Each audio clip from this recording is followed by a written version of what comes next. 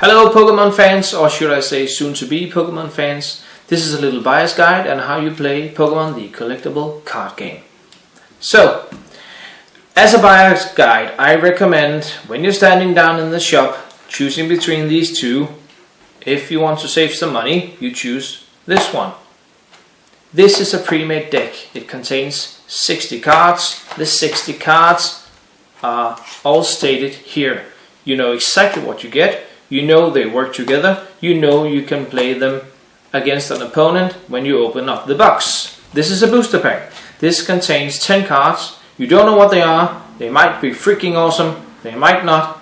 But it's not the thing you start with. So let's put that aside and start playing with this one. Alright, so before we jump into playing Pokemon, there's a basic card anatomy I'd like to show you so you know what to read on the cards and what's important. This is a basic Pokemon. You can see that on the top left, and its name is right after. That's Venipede in this case, and it's got 70 HP, and this is the energy type it is.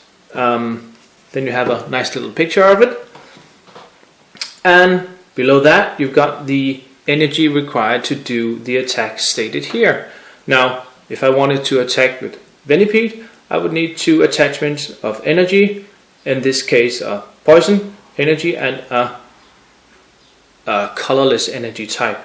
That would give me the attack Poison Sting, and that would add 20 damage to the opponent Pokemon I am attacking. But also below you see your opponent's active Pokemon is now poisoned, so if I attacked, the active Pokemon from my opponent's side would be poisoned. Quite a powerful basic attack here. Below, and this is easy to forget when you play and having fun, you've got the weaknesses. Now, the weaknesses is something that, of course, is bad for your Pokemon. In this case, if Venipede is attacked by another with poison type Pokemon, it gains double the damage, times 2. Then you've got the resistances that removes damage. In this case, I have none. And then you've got the retreat cost, which is the price of retreating your card back to your bench. In this case, 3 colorless are required. You need to discard them, so it's quite expensive for this one. Now, if I were to evolve Venipede, let's see, I've got one here. I will place this one on top. You now see he gains stage 1 up here, a new name, Whirlipede, extra HP, another attack that is different from the other one. And in case you're not quite certain, you need to look, evolves from Venipede. It says in very small letters right here, that's what you need to look for in case you don't know what it evolves from. And this down here hasn't changed a bit, so it might do, it might not, so be aware of that when you play. And another evolve in here. This is for stage 2, and this is the maximum, unless, actually I don't know if there are any that evolves beyond stage 2. There are some EX and Mega Illusion, but anyhow, that's the basics. Oh, if I attach energy to a Pokemon, and remember that's only one energy you can attach per turn and not per Pokemon, I would do this, put this underneath, and I would almost have met the requirements for attacking here. I just need another energy, and that can be colorless. As long as I have one of these, I need another colorless energy. Here I have a fairy, and this counts for a colorless. In fact, every energy type does. They count for their own, but also as a colorless. So now I have 2 energy cards attached.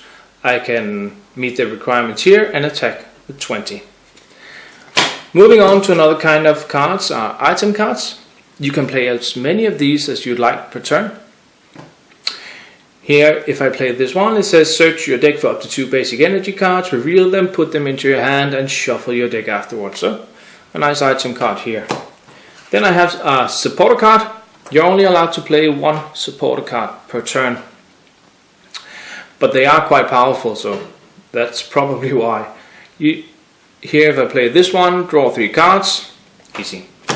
And the last thing I want to show you are stadium cards. Stadium cards, you can play 1 per turn. There's no reason not to There's not a reason to play more than one per turn actually. Because when you put down a stadium card, you make another rule for the game that counts for both players. So here if I play this one, each Pokemon now has... Each Pokemon that has any fairy energy attached to it, both yours and your opponent's, has no retreat cost. So if I have fairies in my deck, this is a nice stadium card. But bear in mind that my opponent might have one, he might play it, and if he does, that discards this one. So I guess that's the basics for now. Let's move on to play. When we open up our box, inside we find a playmat. That's pretty awesome.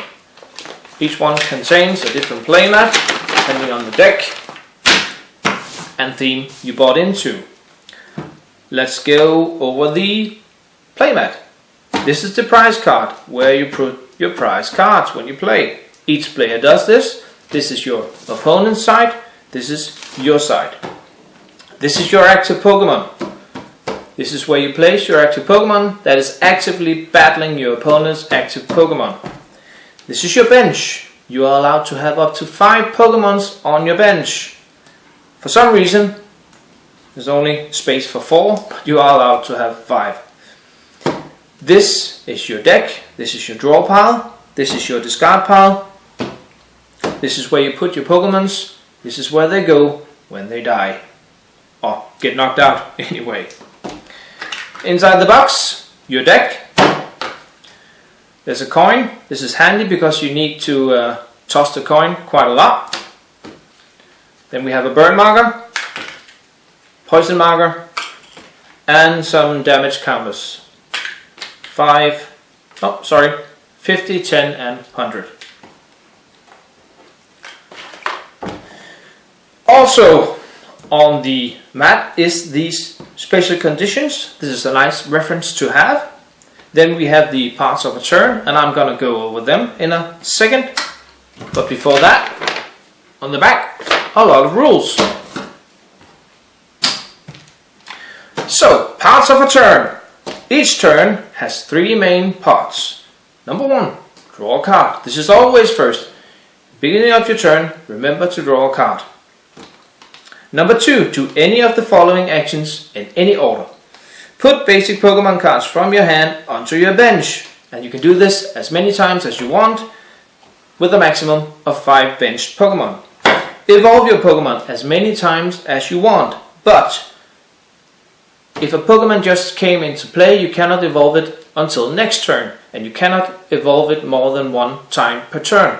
So, if I have 5 Pokemons on my bench, I can evolve all 5, but only once, and only if they didn't come into play in this active turn.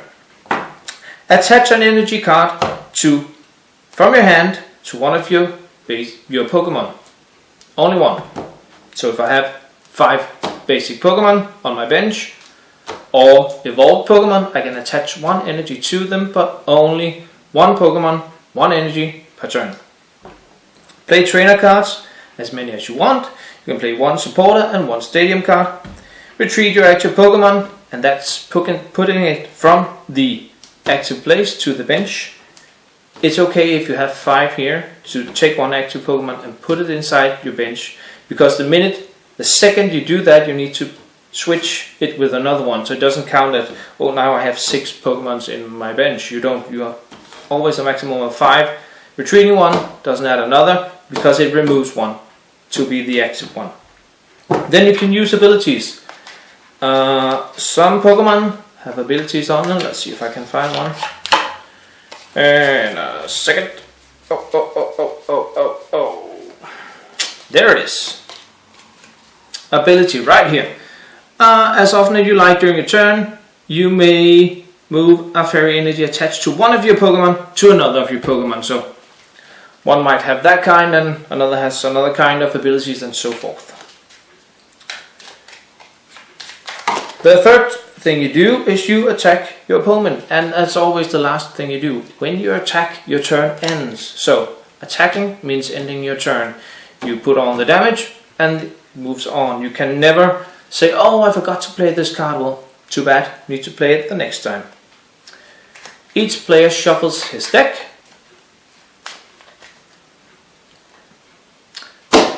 passes it on to the opponent. Your opponent gets to shuffle your deck as well, if he wants to, or if she wants to. Place it on the deck space, draw 7 cards.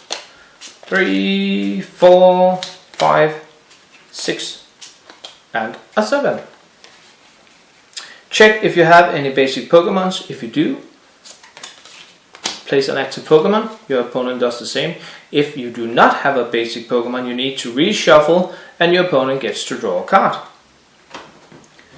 Once that is done, place 6 prize cards. These are the cards you draw from when you defeat your opponent's active Pokemon. And then toss a coin.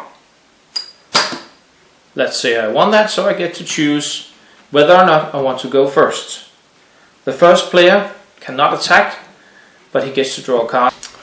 So how do you win a game of Pokemon? Well, each time you knock out an opponent's active Pokemon, you draw a prize card. If the active Pokemon was an EX or a Mega EX, you draw 2 prize cards directly into your hand.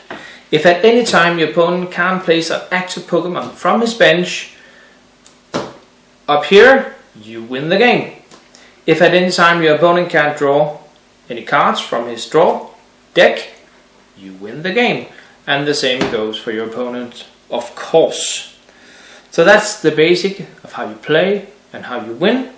There's a lot of variation in this game. There's a lot of randomness because it is a card game. But you do have a fair amount of saying in the strategies that you play and when you should play them, especially if you do deck build. But there's always the little randomness of what's in here and what do I draw. Anyhow, I think Pokemon The Card Game is a fantastic game. It's fun to play, it's fun to collect, it's fun to deck build. If you don't mind the randomness, you're gonna have a blast. So enjoy, play nice, and have fun. If you like the video, please leave a like, it helps me a lot. If there's anything I didn't explain as I should, leave a comment and I'll try to explain it. Whatever you do, just be nice, have a nice time. Thanks for watching, bye.